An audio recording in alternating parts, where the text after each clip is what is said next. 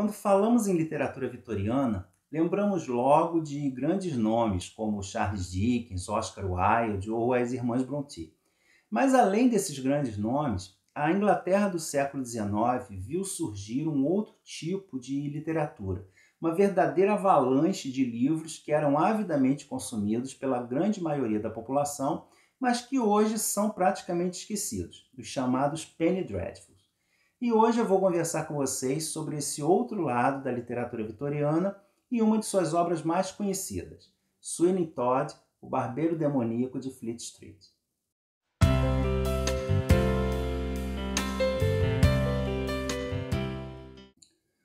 Olá pessoal, eu sou o Carlos e vocês estão no canal Livros e E-Books. Nesse vídeo eu trago um pouco atrasado, porque o mês já terminou, mais uma leitura que eu fiz dentro do projeto Victober, que em resumo se trata de ler obras escritas durante o reinado da Rainha Vitória durante o mês de outubro. Para saber mais, eu convido vocês a assistirem os vídeos do projeto nos anos anteriores e se ainda não for inscrito aqui no canal, também para fazer sua inscrição e ativar o sininho das notificações para ficar sabendo em primeira mão quando os novos vídeos forem lançados, tá certo?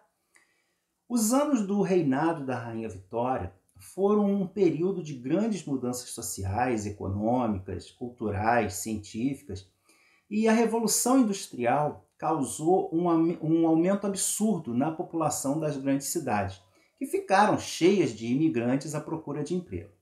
Ao mesmo tempo, foi uma época que o governo fez muitos investimentos na educação, principalmente entre as classes mais baixas. E com isso começou a surgir uma demanda popular por entretenimento para esse público. Um outro fator importante foi o grande desenvolvimento da imprensa e dos transportes, que barateou os custos de produção e circulação dos livros. Mas mesmo assim, os livros ainda continuaram um produto caro demais para o povão e nem sempre traziam enredos com os quais o grosso da população se identificava. Por fim, como um último fator, os britânicos sempre tiveram uma queda pelo macabro. Hoje em dia, quando nós vamos em muitos shows ou peças de teatro, nós temos acesso ao programa, que é uma publicação vendida no local que detalha a produção, o elenco e todos os detalhes do espetáculo. Só que isso não é exatamente uma criação moderna. Desde o século XVIII, nas execuções públicas no Reino Unido, que eram os espetáculos da época, eram vendidos os chamados panfletos do crime, que eram folhetos ilustrados com uma imagem grosseira do crime ou do criminoso, seguido do relato do crime, do julgamento e, quando havia, a confissão de culpa do criminoso. No final, geralmente, havia ali um pequeno poema, um versinho, alertando as pessoas para não seguirem o exemplo da pessoa executada para que não tivessem o mesmo destino. Então, na década de 1830, todos esses fatores se juntaram para suprir essa demanda por uma literatura mais barata. E aí surgiram os primeiros penny bloods, ou centavos sangrentos. E eles surgiram para atender a essa demanda e acabaram por se transformar em um verdadeiro fenômeno editorial. E essas publicações eram baseadas exatamente na impressão barata. Eram livretos de 8 a 16 páginas, impressos em papel vagabundo, em quantidades enormes, e vendidos em qualquer lugar por um mero centavo. Por isso chamavam penny, que é o centavo da libra. Eles traziam relatos e biografias de bandidos famosos, ou então eram paródias de livros já mais conhecidos, principalmente do Charles Dickens, como Oliver Twist ou Nicholas Nickleby, que eram paródias de obras famosas do escritor. Mas não demorou muito para que essas publicações passassem a trazer histórias macabras e assim surgiram os Penny Dreadfuls, que se tornaram um verdadeiro fenômeno editorial, absurdamente populares, especialmente entre os meninos da classe trabalhadora, que eles não podiam pagar um centavo por semana para comprar as publicações. Então, muitas vezes se cotizavam e formavam grupos que compartilhavam o custo e depois também o folheto entre si. A partir de 1866, começaram a surgir manifestações dizendo que essas obras eram perniciosas para os jovens, estimulavam a delinquência juvenil, mas a verdade era que os editores e os livreiros se sentiam ameaçados pela popularidade e os altos lucros dessas publicações. Então foi introduzida no mercado um novo tipo de publicação, que eram revistas com histórias de aventura e fantasia, muito alimentadas, pelos lugares exóticos que faziam parte do Império Britânico. Eram artigos, textos curtos de assuntos em geral que interessavam os jovens. Essas publicações eram chamadas Meninos da Inglaterra, que aos poucos foram tomando o lugar dos Penny Dreadfuls. Mas o fato é que esse tipo de literatura, os Penny Dreadfuls, inspiraram até mesmo grandes escritores da época, que pegaram algumas dessas histórias e deram um tratamento literário a alguns desses temas, principalmente o Conan Doyle e o Bram Stoker. E mais tarde também eles tiveram grande influência nos quadrinhos britânicos. Hoje em dia, os Penny Dreadfuls são considerados o primeiro item de cultura popular produzida especialmente para os jovens. Era uma espécie aí do equivalente vitoriano dos videogames. E como eram itens muito descartáveis, impressos em papel excepcionalmente frágil, com tinta de péssima qualidade, poucos exemplares sobreviveram, então são raridade hoje em dia e alcançam preços astronômicos entre os colecionadores. Também por isso, poucas dessas histórias sobreviveram e é bem difícil encontrá-las, especialmente em português. Uma delas que foi lançada aqui é justamente uma das consideradas mais importantes, é o Varney, o Vampiro, que foi publicada entre 1845 e 1847, com 220 capítulos e quase 900 páginas. E mesmo não tendo sido a pioneira no tema, foi a obra que introduziu a figura do vampiro elegante e sedutor, inspirando fortemente não só o Drácula, como todas as caracterizações de vampiros posteriores, porque até então os vampiros estavam mais para monstros, do que aquele camarada elegante e sedutor. E de longe, esse foi o Penny Dreadful de maior sucesso. A editora Clepsydra iniciou o lançamento dessa história no Brasil, projetado para 4 volumes, mas até agora só foi lançado o primeiro, trazendo os capítulos de 1 até o 47. E uma outra publicação, foi essa que li, é o Sweeney Todd, o Barbeiro Demoníaco da Rua Fleet, que foi lançado pela editora Wish e é considerado o Penny Blood de maior sucesso comercial. Essa história foi publicada em 1846, com o título original de O Colar de Pérolas, e a sua autoria é atribuída a 2 escritores de Penny Blood que atuaram, eram bem influentes na época, o Thomas Prest e o James Riner. No entanto, até hoje não se sabe qual dos dois é o verdadeiro autor da obra, porque esse tipo de escrita era uma atividade bastante informal, então não tinha preocupação por parte dos escritores em assinar seus textos, nada disso. A origem da lenda do barbeiro também é controversa, porque existem textos mais antigos em francês que já traziam elementos dessa trama, que se passava em Paris, mas que se encaixou muito bem na Londres dessa época, suja, mal cheirosa, escura, bastante violenta. O Sweeney Todd era um barbeiro bem conhecido na Rua Fleet, que até hoje é o centro jurídico e financeiro de Londres, e que por isso tinha entre seus clientes muitos advogados e homens de negócio. E ele era uma figura bem peculiar, esquisito, com uma cabeça enorme, bastante antissocial e tremendamente pão duro. E no início da história, ele contrata um garoto como auxiliar, o Tobias, mas esse garoto é bastante maltratado. Aliás, quem já leu o Oliver Twist do Dickens, eu vou deixar o link aqui também para quem quiser assistir, vai se lembrar do que ele passou enquanto trabalhou na funerária. É algo assim bem parecido, parecia que é uma coisa bastante comum nessa época. E o Tobias começa a achar que algo estranho está acontecendo ali naquela barbearia.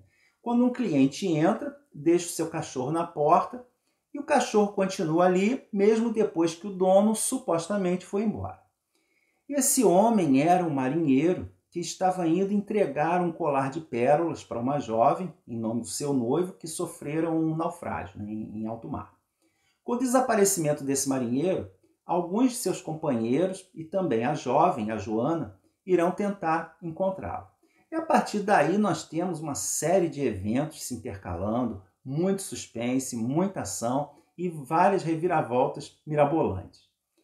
E perto da barbearia funciona a pastelaria da Senhora Lovett, que é um estabelecimento que vende as mais famosas tortas de carne da cidade. Tão deliciosas que provocam enormes filas no momento, né, em todo momento que sai uma nova fornada. E esse estabelecimento também funciona de uma forma bem peculiar, porque o funcionário que faz as tortas, ele é mantido recluso no porão, pode fazer o que quiser, comer o quanto quiser, desde que solte as fornadas de torta nas horas certas e não tente sair dali. E por se tratar de uma literatura bastante popular, né, não demora nada para a gente deduzir o que é que a barbearia e a pastelaria têm em comum, né, qual é a verdadeira relação entre o Sweeney Todd e a Senhora Lovett. Logicamente, a gente não pode esperar aqui grandes descrições, personagens bem construídos, a narrativa maravilhosa, mas eu confesso que a história é muito bem construída e consegue manter a atenção, principalmente por conta dos ganchos entre os capítulos, que desperta a curiosidade e faz com que a leitura seja rápida e bem prazerosa, apesar, né, do tema mórbido. Aliás, esse foi um ponto que me chamou bem a atenção. Os Penny Dreadfuls têm essa fama de violentos e pesados, mas pelo menos esse aqui foi uma leitura leve e bem divertida. Talvez hoje em dia, né, a gente já esteja mais acostumado a uma coisa que assustou lá os londrinos daquela época, hoje em dia já não tem muito significado para a gente. Mas mesmo sendo uma obra considerada menor, mais popularizada, sem um grande desenvolvimento, até mesmo com alguns buracos, é um livro bem interessante, principalmente por trazer para a gente esse lado mais sombrio, mais popular da época vitoriana, mostrando um pouco de como era o funcionamento dessa sociedade, do modo de vida, das dificuldades que as pessoas comuns enfrentavam no seu dia a dia, né? Diferente daquelas obras que sempre trazem famílias do campo nas grandes casas de campo, famílias ricas, preocupadas com casamento e eventos sociais. Aqui não. Aqui é o povão simples da cidade, trabalhador, então isso é bem interessante. Eu destaco aqui uma cena passada em um manicômio, que nada mais era do que uma casa retirada, em que as pessoas que podiam pagavam para que seus doentes ficassem lá. Só que na maioria das vezes não eram apenas os loucos, né? Mas desafetos, pessoas que alguém queria manter afastado e que geralmente morriam lá pouco tempo depois, logicamente de morte natural. É repulsivo o verniz de seriedade que é dado nas tratativas de internação de um novo paciente, ou mesmo nas fiscalizações que ocorriam periodicamente por parte do governo. Infelizmente, algo muito comum até recentemente, até mesmo em nosso próprio país, né, como é mostrado daquela maneira dolorosamente crua no Holocausto Brasileiro, da Daniela Arbex. Aliás, um livro recomendadíssimo. E a história desse barbeiro ficou tão famosa que originou um filme preto e branco de 1936, está disponível no YouTube, legendado. Eu vou deixar o link também na caixa de descrição do vídeo, que é bem curioso. E curioso também é que essa história foi adaptada para um musical em 1979, que fez um enorme sucesso nos palcos, que acabou virando mais uma das esquisitices do diretor Tim Burton, que adaptou esse musical bizarro para o cinema, estrelado pelo Johnny Depp e a Helena Bonham Carter. Só que tanto na peça como no filme, foram usados apenas os personagens e a linha geral da trama, mas a história é totalmente diferente.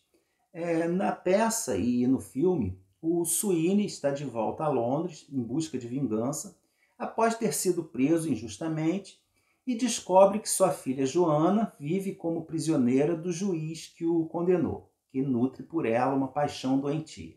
Uma espécie aí de Conde de Monte Cristo, né? Uma tentativa de tornar os personagens principais mais simpáticos, né? Dando a eles um passado, motivações mais justificáveis por seus atos. Algo que não tem de jeito nenhum aqui no livro. É uma adaptação interessante, ao mesmo tempo bem humorada e sinistra, né? Bem de acordo com o estilo do diretor, mas totalmente diferente do livro.